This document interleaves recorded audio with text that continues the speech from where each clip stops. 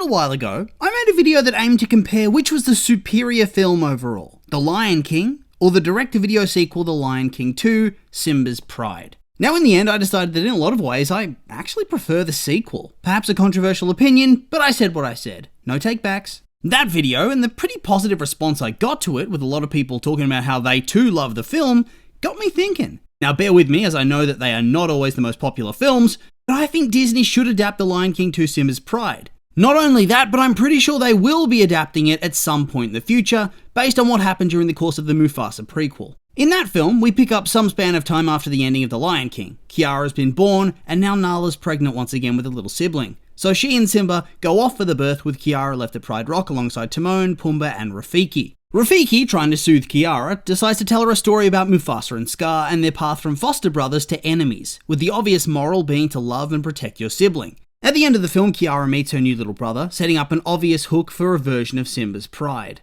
A little bit different from the original's plot, as now there is a little sibling in the mix, but it's something would still resemble it in spirit. If I can be honest here, I'm actually sort of shocked they didn't go all in on making that film to begin with. When the Lion King remake released back in 2019, it was definitely a bit of a phenomenon. Whilst we could sit here forever and talk about how the film didn't live up to the original, which, let's be honest, it didn't, there is one unwavering truth about the movie. It did big business for Disney. It had a budget of $250 million and ended up grossing $1.6 billion, becoming the highest grossing animated film of all time by a pretty decent margin, until it was dethroned just last year by Inside Out 2, and I'm pretty sure that it's still in the top 10 highest grossing films ever made. So clearly, this is something you'd want to follow up on. There's a reason that despite getting hated on and mocked online about so many of these live action adaptations, that Disney just keep making them and swim against the current. It's because they sell tickets. And you'd have to be a drooling incompetent, a gibbering fool,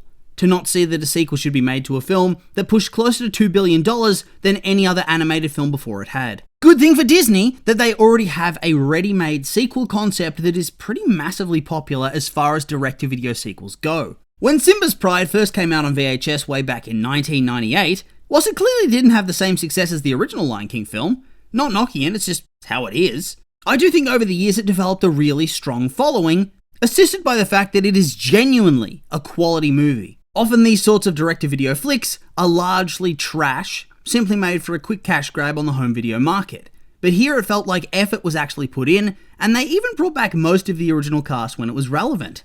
Obviously they weren't working with the same budget as the original, but it still had good animation, a strong script, and a killer soundtrack with some truly iconic songs. Overall, it transcended the confines of being direct-to-video, and due to what I would have to guess is really strong sales figures, it got a huge following, which continues up to the present day. Eventually, in the 2010s, it even got a TV film and a TV show, The Lion Guard, to serve as a midquel and an epilogue to the franchise, simply because that era was so interesting and popular with fans. So back in 2019, that meant a couple of things. One, it was clear that nostalgia was selling like hotcakes. Look at all the massive franchises and sequels that were raking in the big bucks. Nothing has changed to the present. 6 years later, and people still want nostalgia, and they want it now. On top of that, they were riding high off that big gross, and they had that built-in popularity for the sequel. That's a huge wave of momentum that they had behind them, and so in the aftermath of that film, I was fully expecting an announcement they were remaking Simba's Pride. I think everybody expected this. In the end though, the announcement never came, and instead we got the news that they were getting a prequel film in the form of Mufasa the Lion King. Now don't get me wrong, I'm not hating on that film or anything of the sort. In fact, when it first came out and seemed to be getting a lot of hate from every direction, I was very positive about it. It does have its low points, but it is way overhated. I guess I was simply just a bit shocked that they were going in that creative direction in the first place, as in the end it is a prequel. I don't think it's a controversial thing to say that prequels are generally less popular than sequels just as a concept. Your audience is going to want to continue the story and push forward with the characters they know and love, whilst prequels can sometimes feel railroaded and sort of like a bit of a rehash because you know where it all ends up, and so it lacks stakes in a way. It's a big call, but I think that Simba's Pride as a live-action film, well, not live action, but the hyper-realistic animated style that they pretend is live action, that would gross a big number. I actually think it would crack $1 billion. I don't think it would come close to the first film, which has more name value and was banking on the idea of being a bit of a cultural phenomenon, big-time event, but it would have done exceedingly well. Although, I also said Mufasa was going to crack the billion, and doesn't seem to be on track for that right now. But Mufasa was far from a failure anyway, even if it's not what I thought it was going to be. As of right now, it's grossed $600 million off of $200 million. Is it as successful as the first film? Nah, not even close. And it's tracking lower than projections. I suspect that Disney would have wanted this to push towards $1 billion, but it is what it is, and it's still outperforming a lot of films at the box office, and in most markets I'm pretty sure it's still sitting atop the charts. So it's doing well for itself, just not compared to the OG remake. What I liked though, is that they made the very good decision to plant seeds for further films in the franchise, as we mentioned earlier. I think based on that, it's very clear we're going to be getting some version of Simba's Pride in the future. And whilst it probably would have done better at the box office than Mufasa, if we're being honest with ourselves, it is what it is, and I wouldn't change it now because I really liked Mufasa for what it was. Plus, the soundtrack was just phenomenal, and you couldn't get those songs without the context of this movie and its storyline and characters. But this leads me into the why. Why should they remake Simba's Pride? I'm not an idiot. I realize for a lot of people, the idea of an old school Disney film being remade is groan-inducing. The reality is that we're all fans. So the fact that it's a smart financial decision for Disney should mean nothing to any of us. Yes, the Disney live-action remakes make a lot of money, or they have historically, but just because they can draw in audiences with promises of nostalgia doesn't mean they're going to be good. There have certainly been some massive stinkers released over the last couple of years. As we said, The Lion King was one of those poor quality films. Derivative and bland, and yet still broke box office records. So I get the hate and the instant groaning that this type of thing is going to elicit. Mufasa largely avoided that sort of hate train because even though it was building off a remake, it was still something fresh that we'd never seen before. A Simba's Pride remake wouldn't have the benefit of the doubt in that way, but regardless, I want to see it done, and there are a few major reasons as to why. For starters, I have no shame in admitting that I too am a nostalgia addict. This upcoming string of sequels from Disney and Pixar is exactly what the doctor ordered. I'm not alone in this. The box office doesn't lie. Sequels are what's selling, at least in the context of this genre. Simply put, I want to see it, and so that means it should be made. On top of that, I simply think there's room for this film to be made in a way that doesn't trample the nostalgia. Here's the reality. The initial film was not made with the same sort of budget you'd give a cinematic release. It wasn't made by the mainline studio. It was passed down the line to Disney TV Animation, which in turn passed it down to Disney Toon Australia, the now closed Australian Disney animated studio. It doesn't mean they didn't care about the movie. To an extent, they obviously weren't looking to make it as good as the original, that's for sure. That is the whole concept of the direct-to-video / direct-to-DVD era. Hell, in the modern day, it's probably the same for direct-to-streaming. They're made on the cheap, with far lower budgets, so they can be released into the market and make significant revenue for the studio. Legitimately, they're just easy money. But this does mean that every part of Simba's Pride was made on the cheap. The animation quality is very, very clearly lesser.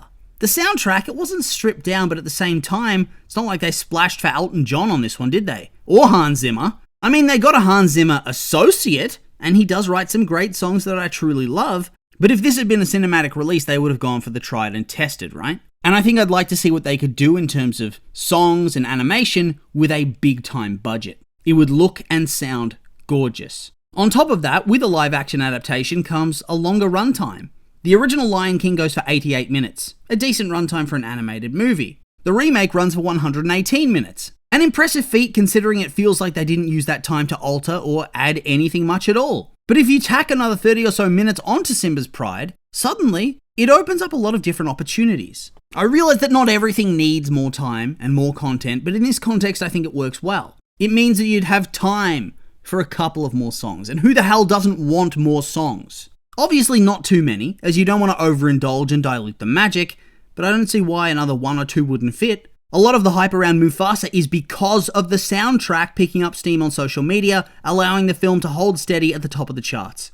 The soundtrack for Simba's Pride is really good, like absurdly good, banger after banger after banger. That's all it is, just straight fire coming out of Nick Glennie Smith's pen. But I want more. I need more. Give me what I want. On top of that, the runtime being extended, it's not only going to benefit in being able to show off more additional musical numbers, it would also be a very useful tool in fleshing out some of the story and answering a lot of questions that have circled about the franchise as a whole. Questions they never dived into in much depth that are very interesting, or at least interesting to me. I think the most pressing story would have to be The Outsiders, right? In the Lion King film, both OG and remake, they're pretty much nowhere to be seen. They kind of come out of nowhere a little, don't they? You do know, however, that they're Scar supporters, despite how truly obviously bad for the Pride Lands he was. But you don't know why. Did Zira hate Mufasa for some reason? Hell, who is Zira? These are the type of questions you'd be able to explore in depth. I think even some flashbacks might be handy here on top of all of that, so you can see Scar and his dynamic with the group, and show why they truly did want to follow him as king of the Pride Lands. Because I don't know, I always felt like it was a bit of a, well, not a plot hole, but certainly an empty space that could be filled up with good world building and expositional scenes. On top of that, you'd be able to see the family dynamics play out, the different relationships between each of the different sibling combinations, and their connection with their mother too. Explore Zira and her backstory within the Pride. Maybe touch on who the actual father of Nuka, Kovu, and Vitani is. Would that be relevant? Did Scar have much of a relationship with these lions? Kovu was apparently chosen as his successor, but what does that mean for the story? That's the type of stuff that have the added time to explore within the narrative itself. Also, I guess it'd be more time to show off Simba being a king and a family man as his own character. I realise that the second film is far more focused on the next generation, with Simba being a bit of a traumatized, stuck in his way sort of character. This would be a chance to showcase more of his positive qualities, I guess, instead of him feeling like a massive kingly flop. Oh, and now they also have the son character, which would add a fresh element to the film that would help it stand out from the original quite a lot. He is a character that was added to animated canon well after the release of Simba's Pride, so they had to jump through hoops to explain who he was and where he was during the course of the film. There's no need for that here. You can include him the whole way through, and I think it would add a fresh and interesting story thread you could follow with lots of different character dynamics on display. Lots you can play with. Would he have a rivalry with Kovu? Would he want to be king? Would Kovu become king? Would they go with Kiara being the ruling queen of the Pride?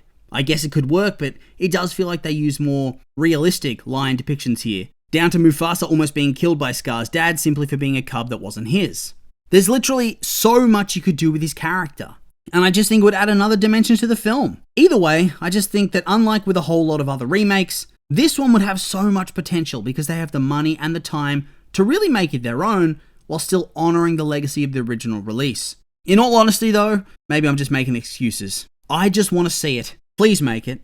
Please. And so with all that being said, not much else to say, and so I'll remind you these have all just been my opinions, and now I'd like to hear yours. What do you think of the idea of a Simba's Pride remake? Are you with me? Could it be great? Or do you think I'm being an idiot here? I'm curious for your thoughts, so make sure to like, comment, and subscribe, and let me know.